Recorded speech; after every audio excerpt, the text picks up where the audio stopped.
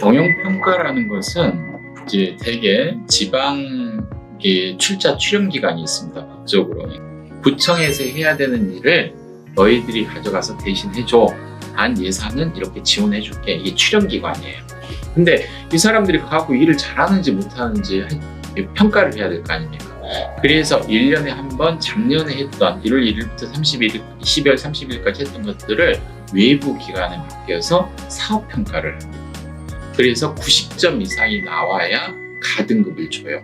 근데 가등급이 받으면 250%에서 300%의 성과급을 주는 거고, 나등급을 받으면 200에서 250, 또 다등급을 받으면 100에서 150 이렇게 준단 말입니다. 그러니까 직원들도 그 등급을 받기 위해서 최선을 다하는데, 최선을 다한다고 해서 등급을 잘 받으면 누구나 하겠죠. 서울에 있는 이제 문화재단이 자치구별로 있어서 25개 중에 22개가 있습니다. 22개 중에 17개의 기관을 한 평가기관에서 했어요. 서로 이제 비교를 하고 역할을 보려고.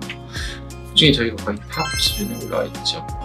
이제 그런 평가에 대한 의미들이 대단히 중요했고, 그럼 그 평가를 잘 받으려고 하면 어떻게 해야 될까라고 생각하지 않겠습니까? 그래서 제가 와서 제일 먼저 했던 게 뭐냐면, 우리 직원들한테 여러분들은 문화재단에서 근무하지만 예술가도 아니고 활동가도 아니다. 여러분들은 문화행정가다.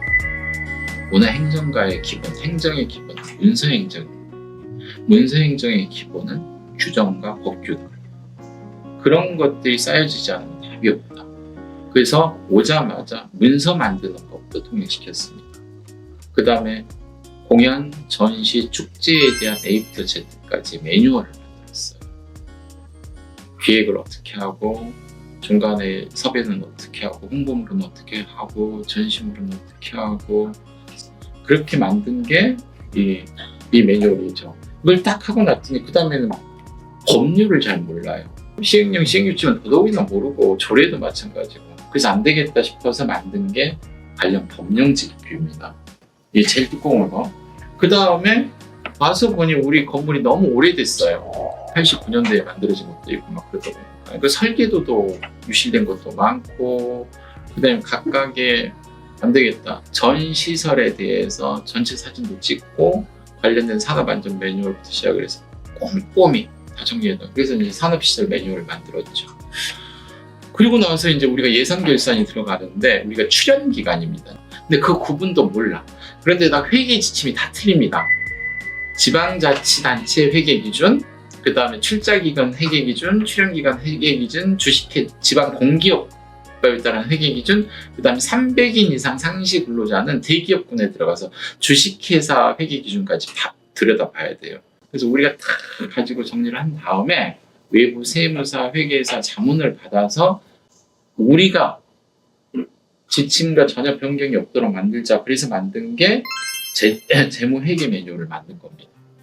그리고 봤더니 또 도서관이 7개나 있는데, 학교에서 배우고 있는 도서관학과나 문헌정보에서 학과를 졸업한 애들이 이제 사서 자격증을 따고 들어오는데, 학교에서 배우는 열람 업무, 서지 업무, 이런 업무와 무관하게 입직 때는 그 자격증이 필요하지만 들어오면 실질적으로 지금 도서관이 다 문화공간으로 바뀌었잖아요.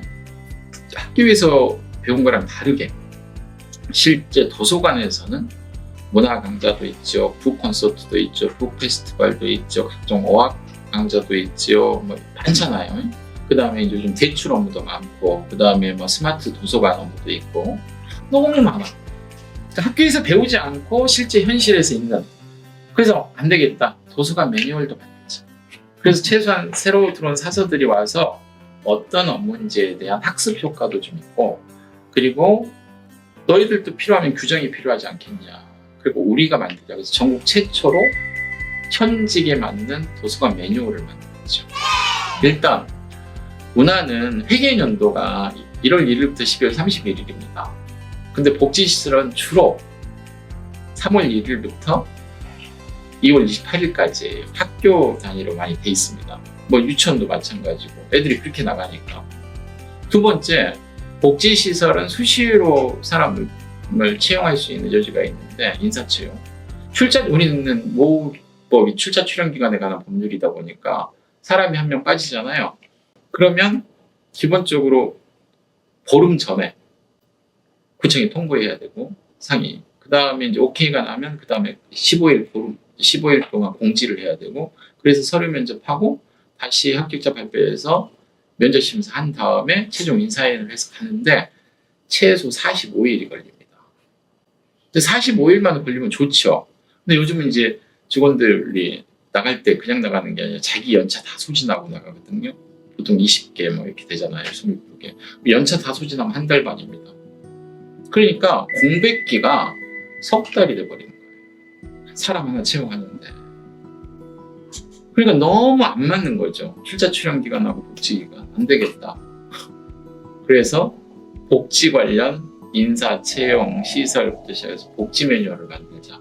그렇게 시작해서 만든 매뉴얼만 7권이 된 거죠. 전국 최초일 거고. 근데 이게 딱 만들어질 때 저는 그냥 한 사람한테 맡기는 게 아니라 TF를 만듭니다. 한 6, 7명씩 각 팀별로 TF를 만들어서 데드라인을 한 6개월. 기존에 있는 것부터 쉽게 들어가자. 그리고 제가 목차를 다 만들어줘요. 그리고 일주일에 한 번씩 제가 반드시 TF 회의를 합니다. 점검. 모를 수 있다. 어떻게 해야 될지. 그러면 이제 대충 가이드라인을 주고 갖고 오라 그러면 거기서 제가 다시 정리해주고 목차 잡아주고 그렇게 해서 보통 한 6개월씩 한 번 하나도 빠지지 않고 했기 때문에 이게 나오는 거지. 직원들한테 그냥 맡기고 부담만스럽죠. 잘 모르기도 하고 어디서부터 시작해야 될지. 그 필요성을 알기 때문에 딱딱 지시할 수 있었고 계속 점검하면서 팔로우 업데이트 하니까 나오게 된 겁니다. 다들 부러워하죠. 근데 저는 이걸 만들면서 더 중요한 게 있었어요. 이걸 만드는 과정에 7, 8명씩 TF가 자기 업무 능력을 확실하게 비양시킬 수 있습니다. 놀지 않고 찾아오는 거니까. 그러면 벌써 7건이면 7명, 8명씩만 해도 50명 아닙니까? 50명의 트레이닝을 시킨 거죠. 지난 3년. 그런 게 쌓이니까 시스템 행정이 될 수 있었던 것이고 그런 것들이 체계가 잡혀나가니까 경영평가가 됐든 또 우리 각종 행사가 됐든 짜임새 있게 체계적으로 그 다음에 문제 안 되게. 왜냐하면 이런 것들이 없으면 아까 말씀드렸잖아요. 행정가다. 행정가는 이거에 근거해야 돼요. 누가 지시해서 하는 게 아니에요. 지시해서 했다가 문제 생기면 다 실무자가 책임져야 되잖아요.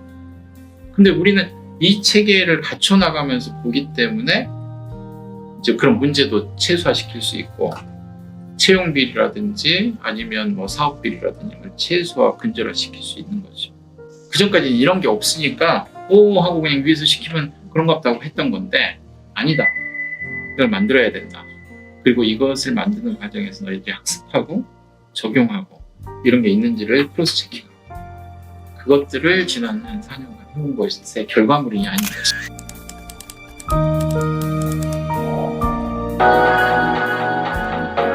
Community Media Network, MVP.